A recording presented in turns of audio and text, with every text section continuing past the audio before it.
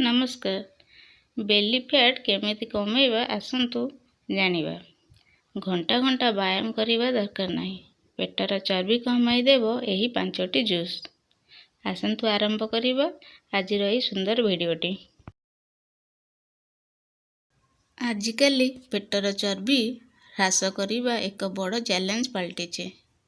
लोकमाने अनेक प्रकार डाएट योजना एवं व्यायाम करती, किंतु तथापि पेटर चर्बी कमी न थाए।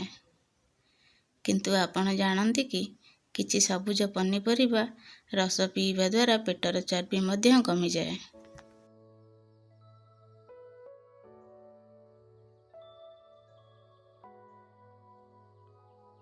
सबुज पनीपरिबारे फाइबर, विटामिन, मिनरल्स भरपूर रही है, जहाँ पेटर चर्बी कम करिबारे सहाय्य करिथाए। पेटर चर्बी कमाइबा पाई क्यों 5टी सबुज पनीपरिबा रस आपण पी पारिबे आसंतु जानिबा।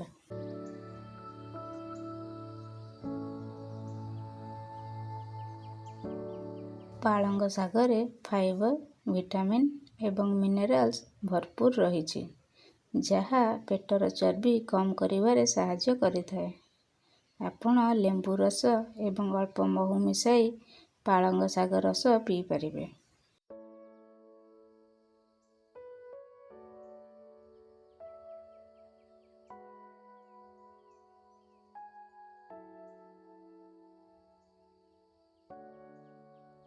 काकुड़ी रे प्रचुर जल परिमाण एवं कम कैलोरी थाए।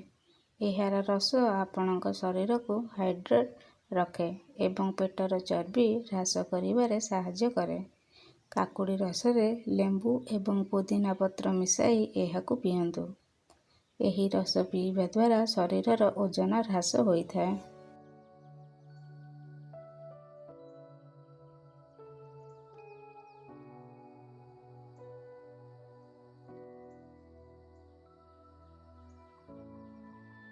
धनिया रे एंटीऑक्सीडेंट एवं विटामिन भरपूर रही है, जहाँ शरीररू विषाक्त उपादान बाहर करिबारे सहाय्य करिथाए।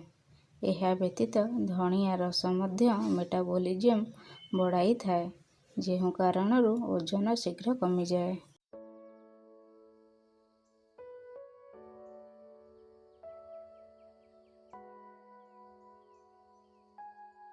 एहाकु प्रस्तुत करिबा पाई एक मिश्रण रे सतेज धनिया पत्र को ग्राइंड करंतु। एथिरे लेंबू रस मिसांतु एवं प्रतिदिन सकाळे खाली पेटरे पियंतु।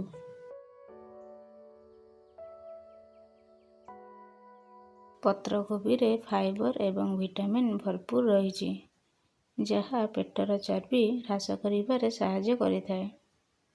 आपण एथिरे अल्प लेंबू रस मिसाई कोबी रस पी पारिबे, जहा द्वारा आपणकर पेटर चर्बी कम होबारे सहाय्य करिबो।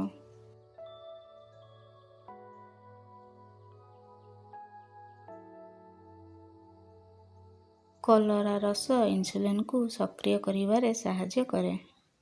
प्रति बदल रे इन्सुलिन शरीर रे चीनी को चर्बी भावरे संरक्षण करिबारे रोकी थाए। एथिरे बहुत कम परिमाणर कार्बोहाइड्रेट एवं फैट मध्य थाए। सेतिपाई एक ग्लास कलरा रस केवल आपणक पेट को पूर्ण करे नाही, बरं आपणकु अनावश्यक कैलोरी खाइबारे मध्य रोकी थाए। आसंतु जानिबा एहाकु किपरि पीबा।